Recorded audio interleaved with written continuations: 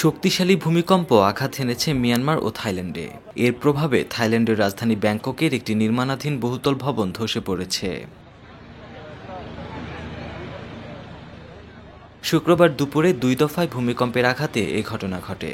থাইল্যান্ডের জাতীয় জরুরি চিকিৎসা ইনস্টিটিউট বলছে, এই ঘটনায় অন্তত একজনের মৃত্যু হয়েছে। ধ্বংসস্তূপের নিচ থেকে উদ্ধার করা হয়েছে আরও বেশ কয়েকজন শ্রমিককে।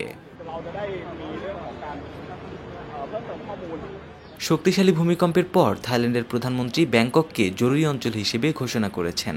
পেতংতান সিনাওয়াত্রার কার্যালয় থেকে দেয়া এক বিবৃতিতে ব্যাংকককে জরুরি অঞ্চল ঘোষণা এবং দেশের সব প্রদেশকে এটিকে জাতীয় জরুরি পরিস্থিতি হিসেবে বিবেচনা করতে নির্দেশ দেওয়া হয়েছে।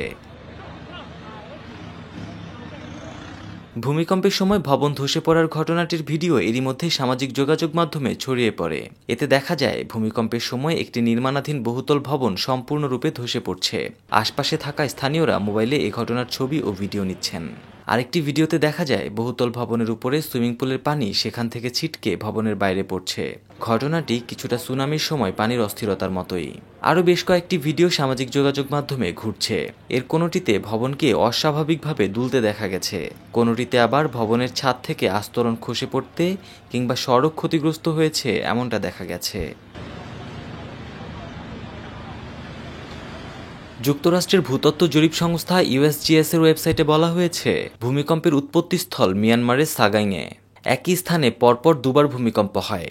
রিক্টার স্কেলে 12টা 20 মিনিটে প্রথমবার 7.7 মাত্রার এবং 12টা 32 মিনিটে দ্বিতীয়বার 6.4 মাত্রায় ভূমিকম্প অনুভূত হয়।